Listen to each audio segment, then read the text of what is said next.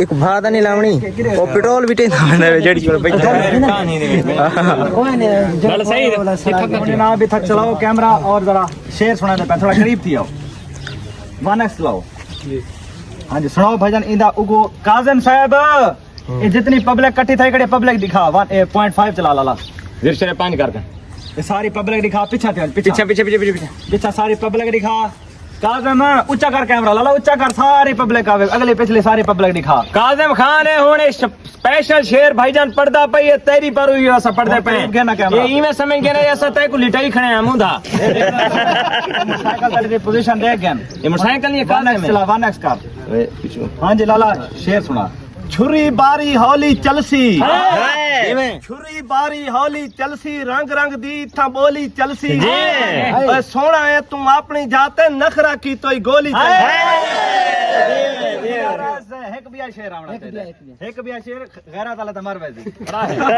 चलो चलो चलो ना ना चल सुना माई को एक आदमी ऐसा ना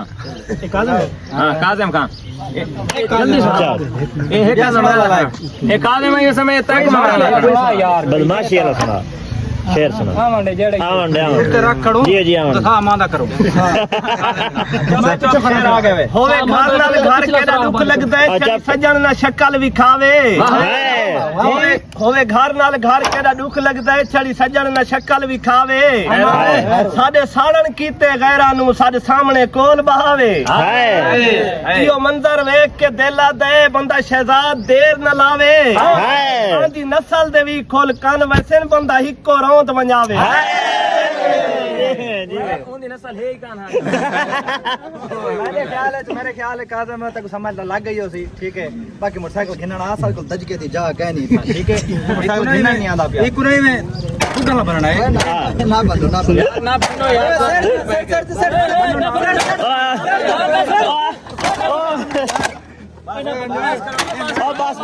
बस करो इतना ऐसा चक्रो जोश है काजम खान होने से क्या करता माचेस चाव माचेस यार संगी की दे माचेस चाव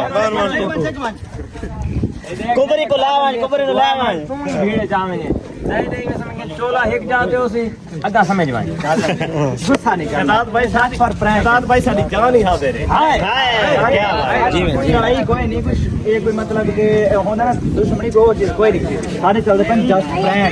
प्रैंक शुगल एंटरटेनमेंट शुगल मेला ठीक है ओ सारा छोटा मोटा नुकसान करना सोना का करने पे ठीक है ये अनाड़ी खड़ी ओ अनाथ खेदे पे और मेरे ख्याल है कादर तक बाकी सारा गाली दसाउन दा मकसद समझ आ गया होसी ये देखने पे आते वाला दांड में तो एक मेहरबानी करो जा